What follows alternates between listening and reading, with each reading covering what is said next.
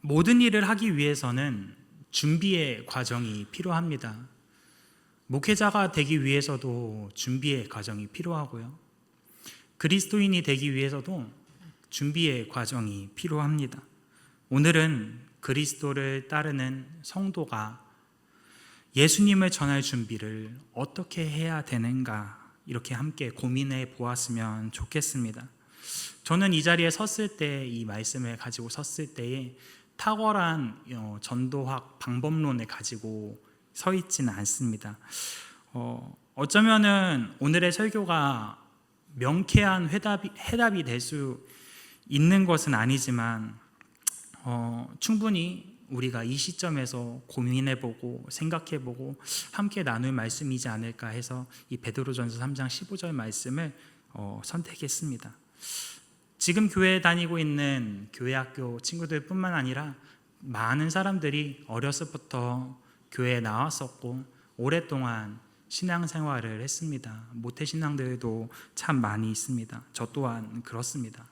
그러나 우리가 이 세상을 살아갈 때 늘 생각하고 고민하고 있는 것은 말씀대로 살아가고자 하지만 그 말씀 안에서 있는 것과 그 현실의 세상 가운데서 있는 것과 부딪히는 것이 참 많이 있다는 것입니다. 그래서 교회에서는 배우는 것들이 참 많이 있고 유익한데 이 세상을 만나서 이 세상을 경험하다 보면은 이 난관을 어떻게 해결해야 될까, 이 딜레마에 빠지고 맙니다. 교회에서는 선하게 살아야 된다, 믿음 생활 잘하면은 축복해 주신다, 하나님께서 축복해 주실 거야 라고 선포를 하지만 현실에서는 선하게 사는 것보다는 합리적으로 그리고 세상 따라서 선택할 때가 너무나도 많이 있습니다. 그것에 대해서 계속해서 딜레마를 가지고 우리는 신앙생활을 하는 것에 있어서도 고민을 가지게 됩니다. 객관적인 상황에서 볼 때 우리는 하나님을 선택한다고 하지만 우리의 이성과 경험 앞에서 이 하나님을 놓칠 때가 많이 있습니다. 이것만이 진리입니다. 성경의 말씀이 진리입니다 라고 이야기는 하지만 이 신앙의 생활에서는 그 딜레마가 여전히 있습니다. 세상이 아닌 하나님을 선택하는 것이 맞는 길이지만 시대가 갈수록 그리고 나이가 점점 젊어질수록 이 말씀 안에서 살아가는 방법보다 이 합리적인 방법, 우리의 경험들, 이것을 선택하는 것이 어쩌면은 하나님의 뜻이 아닐까라는 생각이 들기도 합니다.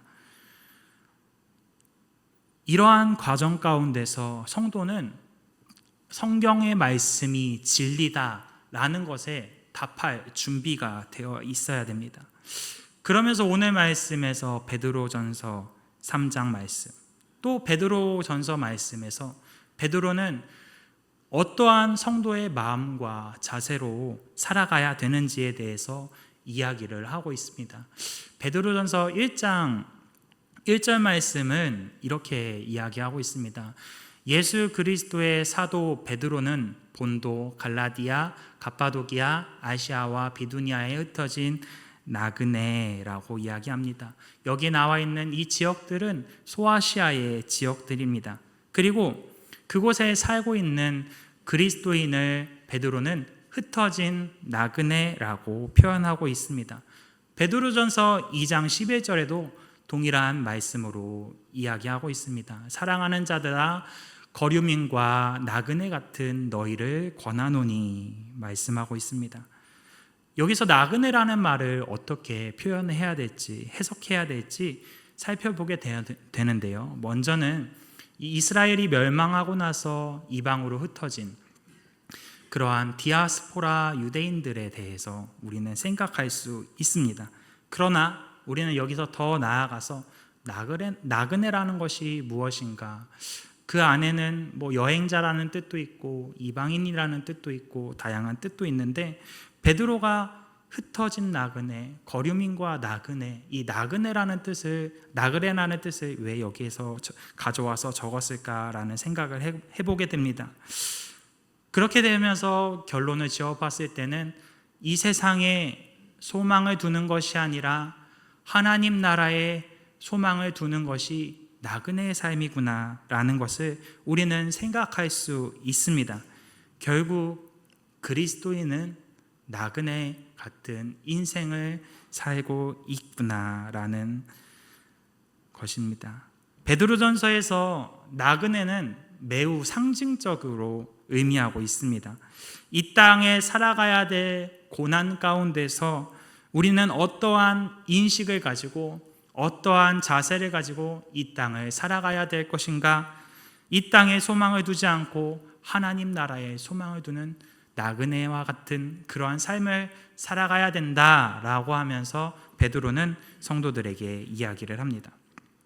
오늘날도 마찬가지입니다. 믿음을 위해서 순교자의 마음을 가지고 살아갈 때에 베드로가 흩어진 소아시아 성도들에게 이 땅에 잠시 머물러 있을 뿐 우리는 하나님 나라를 소망하는 나그네다라고 위로했던 것 같이 우리도 더 나아가서 나그네와 같이 이 땅을 살아가지만 정말로 하나님 나라를 소망하면서 살아가야 되지 않을까 생각해 보게 됩니다. 그러면서 오늘 본문 말씀 베드로전서 3장 15절은 이렇게 시작하고 있습니다. 너희 마음에 그리스도를 주로 삼아 거룩하게 하고, 너희 마음에 그리스도를 주로 삼는다라는 말씀은 이사야서 8장 13절 말씀에 만군의 여호와 그를 너희가 거룩하다 하고 그를 너희가 두려워하며 무서워할 자로 삼으라라는 말씀을 인용하고 있는 것입니다. 이사야 말씀에서 보면은 만군의 여호와 그 이를 주라고 이야기를 합니다. 주로 가리키고 있습니다. 그리고 베드로는 그리스도를 주라고 가리키고 있습니다. 다시 말해서 이스라엘 백성들이 만군의 여호와 하나님, 천지를 창조하신 그 위대하신 하나님이 주라고 한다면은 그 그리스도도 똑같이 하나님과 동일한 분이라는 것을 나타내고 있습니다. 결국 너희 마음에 그리스도를 주로 삼는다라는 말씀은 우리 마음속 깊이 그리스도가 주인이라는 것을 인정해야 된다는 것입니다. 나그네로서 성도의 자세는 그리스도가 주라는 것을 인정하는 것부터 시작을 합니다. 사실 그리스도가 우리의 주인이시다라는 말은 교회 학교에서도 중고등부에서도 그리고 청년부에서도 우리들이 많이 배워왔고 들어왔습니다.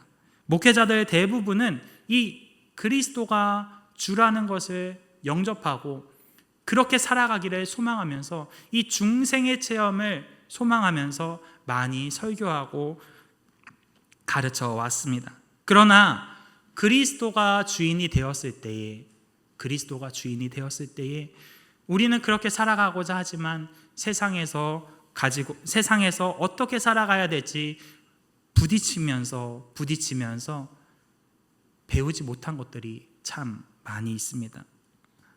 모세에 대한 이야기, 요셉에 대한 이야기, 다윗에 대한 이야기, 그리고 예수 그리스도에 대한 성경의 말씀,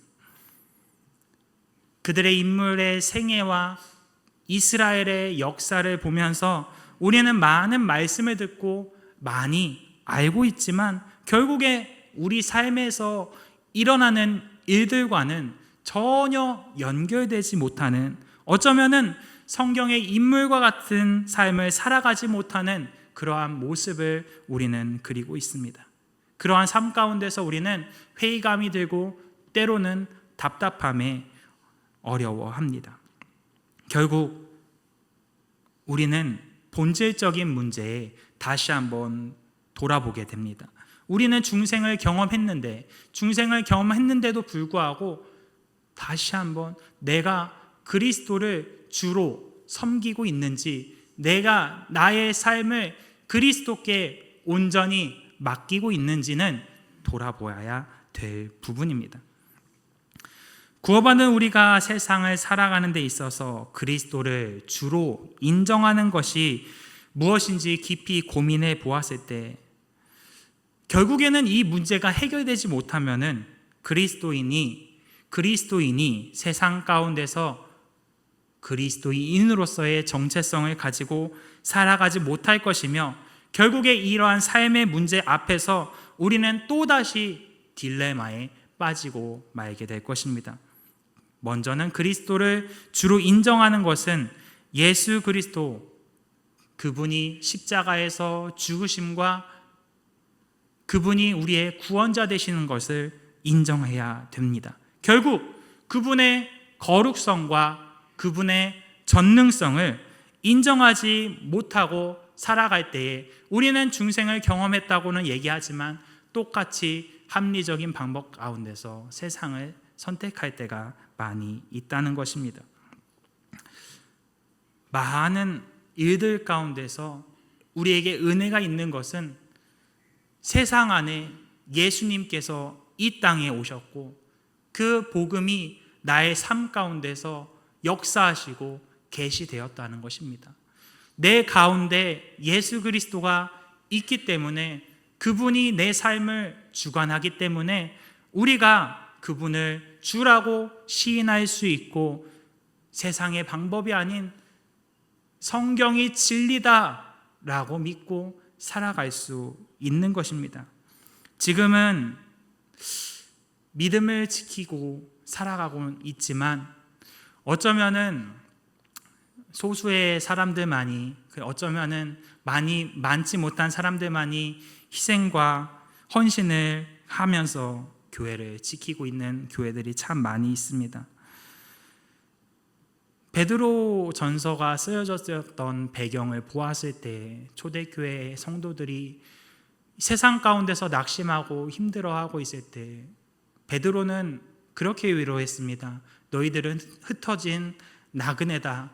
너희는 다시 한번 그 중생의 체험을 했다면 그렇다면은 예수 그리스도를 주로 삼고 다시 한번 나가야 된다 고백하고 위로하고 있습니다. 그렇습니다.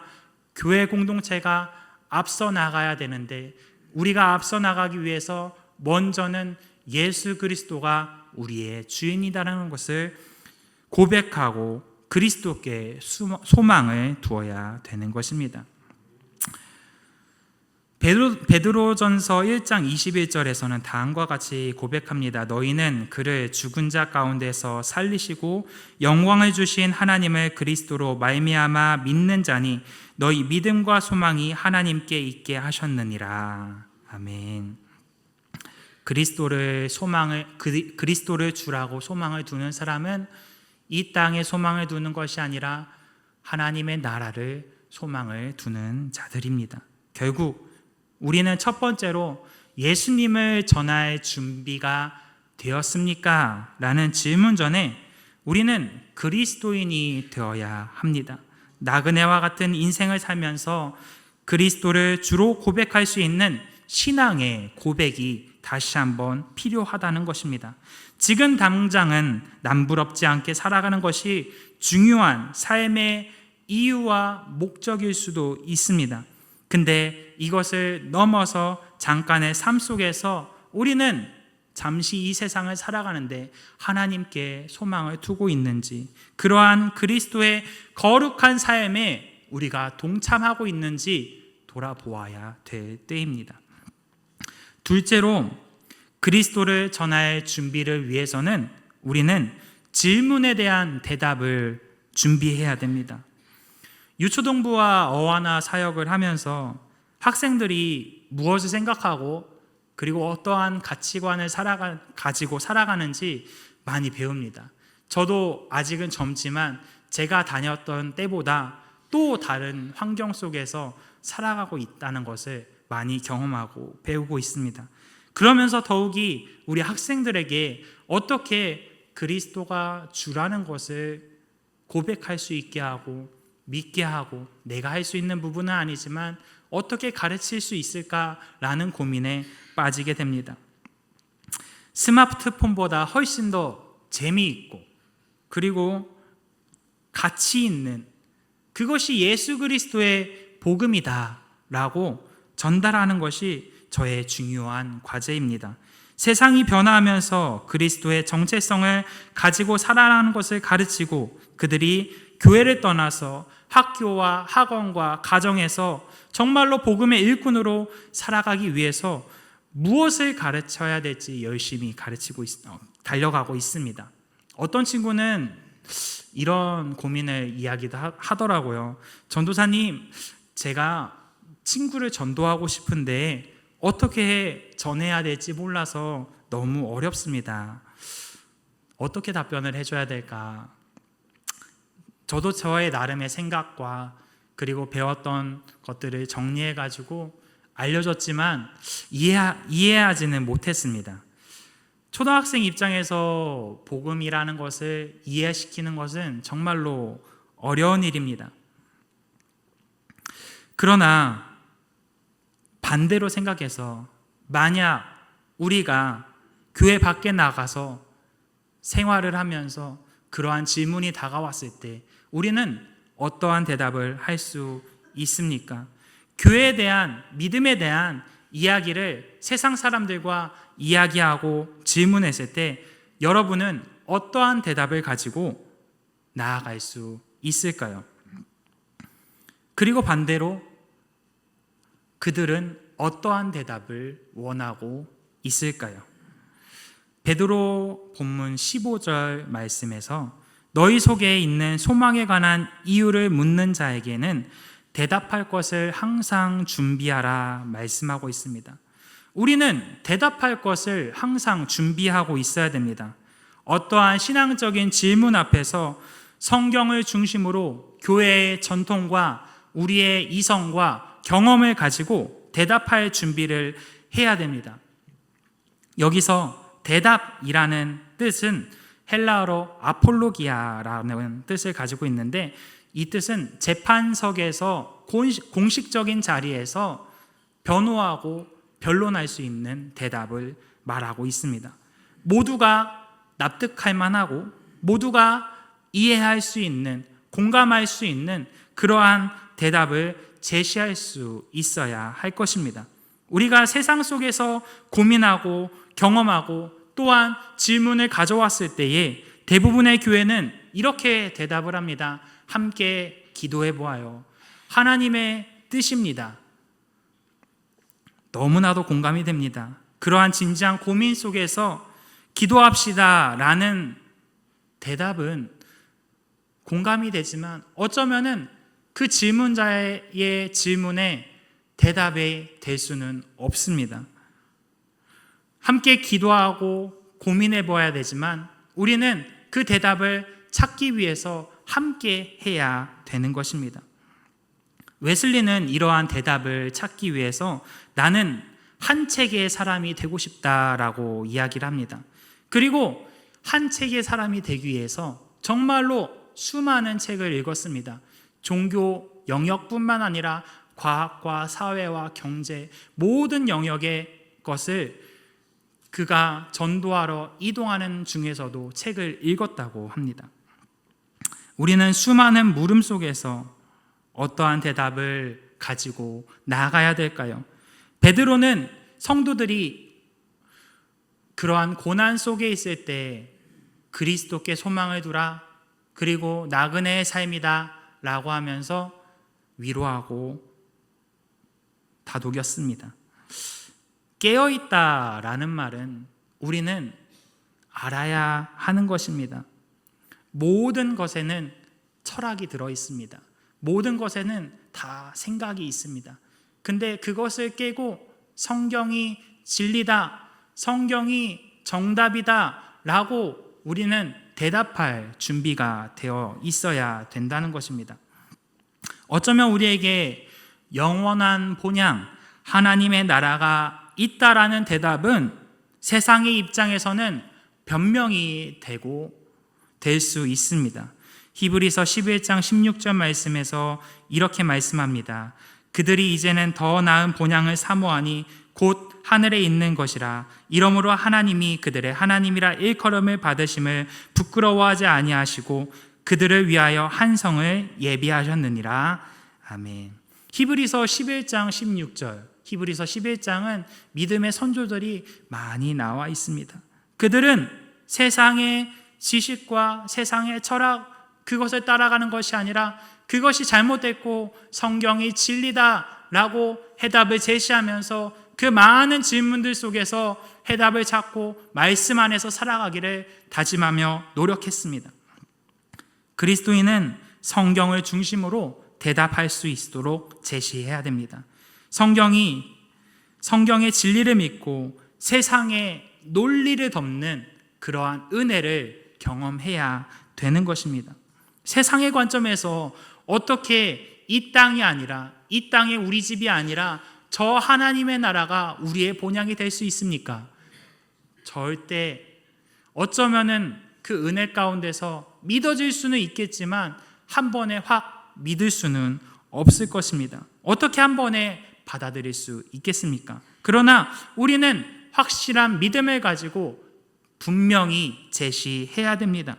세상의 입장에서는 변명이 될 수도 있겠지만 정확하게 확실하게 복음을 증거하며 나아갈 때에 우리는 실제한 하나님의 나라를 믿고 경험할 수 있을 것입니다.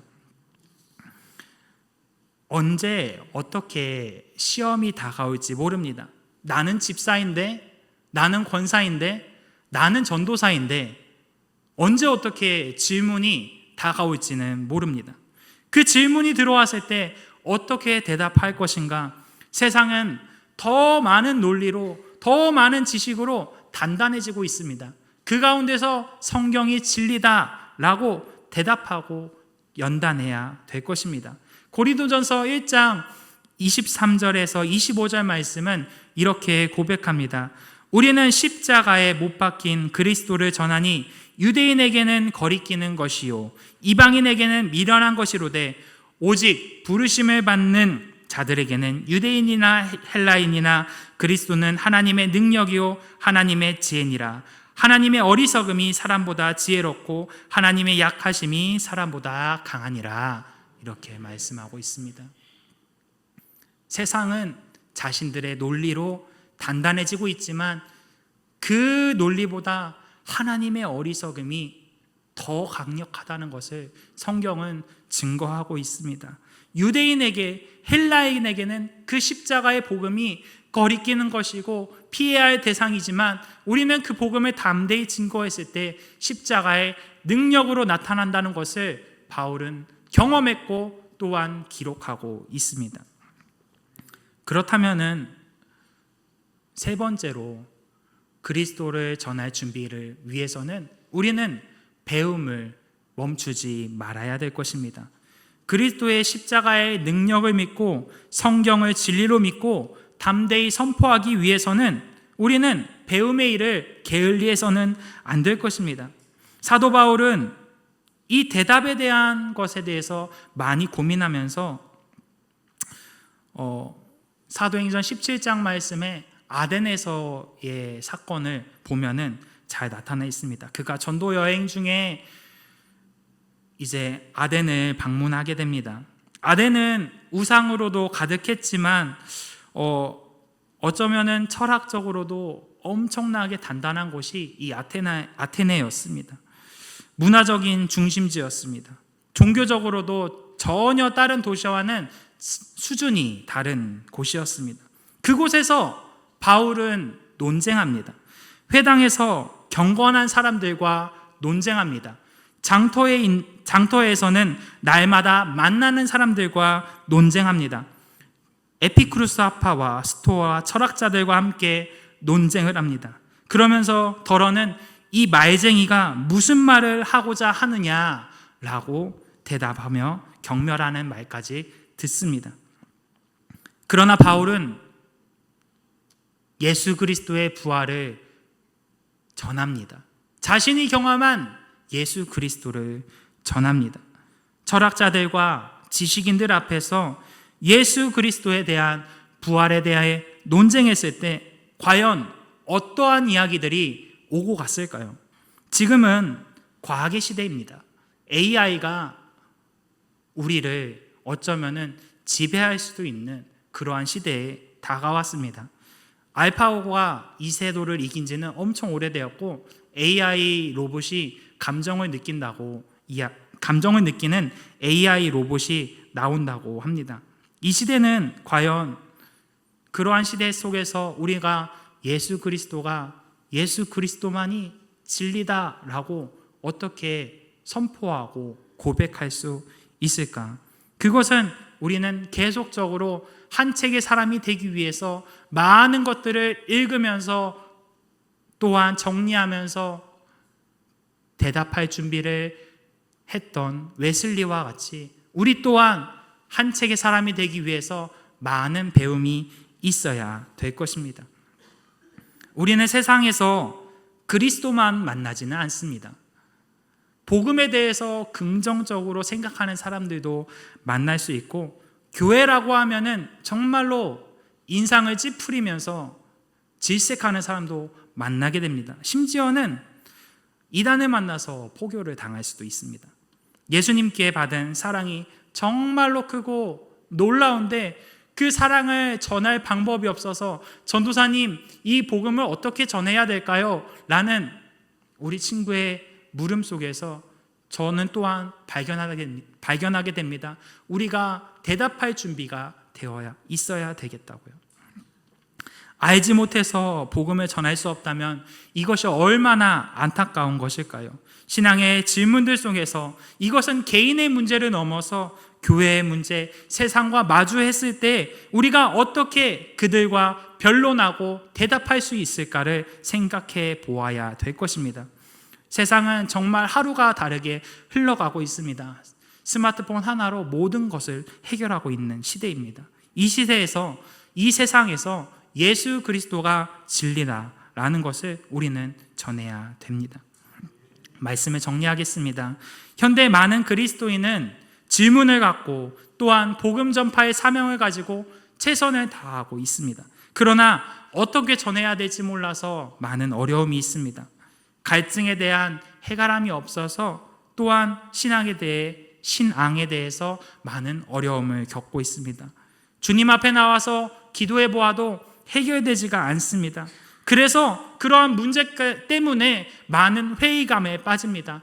교회를 안 나오는 이유가 예수님 때문에 안 나오는 것이 아니라 그 회의감에 빠져서 나오지 못하고 있습니다. 이 문제를 해결하기 위해서 우리는 때로는 감정적으로 해결하기도 하고 자기 주장을 펼쳐서라도 하나님의 뜻이라고 주장하기도 합니다. 그러나 본문 15절 말씀의 끝에서는 온유하고 두려움으로 하라 말씀하고 있습니다. 원래는 이 본문의 말씀이 16절에 나타나 있어야 되지만 의미상으로는 크게 문제가 없습니다. 우리는 대답할 준비와 자세를 어떻게 해야 되느냐? 온유하고 두려움으로 하라는 것입니다. 온유는 무엇입니까? 하나님의 성품입니다. 하나님의 성품을 가지고 우리가 복음을 전해야 됩니다. 그렇지만 우리의 뜻대로 마음대로 전하는 것이 아니라 두려움으로 전해야 된다는 것입니다. 하나님의 말씀을 전하는 것이 우리가 생각하는 것대로 전하는 것은 아닌지 우리는 계속해서 배움을 통해서 정리하면서 나아가야 될 것입니다. 우리는 앞으로 말씀을 전할 때 두렵고 떨림으로 진리에 합당한 말씀만 전하기를 원합니다. 예수 그리스도의 복음을 전하기 위한 준비의 자세는 무엇이었는지 우리는 다시 한번 생각해 보게 됩니다. 그리스도를 주로 시인하고 언제 어디서 우리에게 질문이 들어왔을 때 그것이 작고 연약한 어린아이다 할지라도 어떻게 대답할 수 있을까라는 준비를 가지고 있어야 됩니다. 많은 전도의 방법론들이 있습니다. 근데 그 방법론을 그대로 복사해서 쓰는 것이 아니라 내 것으로 만들어서 나는 어떻게 전도할 수 있을까? 내가 만난 하나님이 누구인가를 다시 한번 고민해보고 정리해보는 그러한 우리 춘천중앙성결교회 모든 성도들이 되기를 축복합니다. 그래서 배움의 열정이 있어서 복음을 온전히 담대히 전하는 우리 춘천중앙성결교회가 되기를 소망합니다. 기도하겠습니다.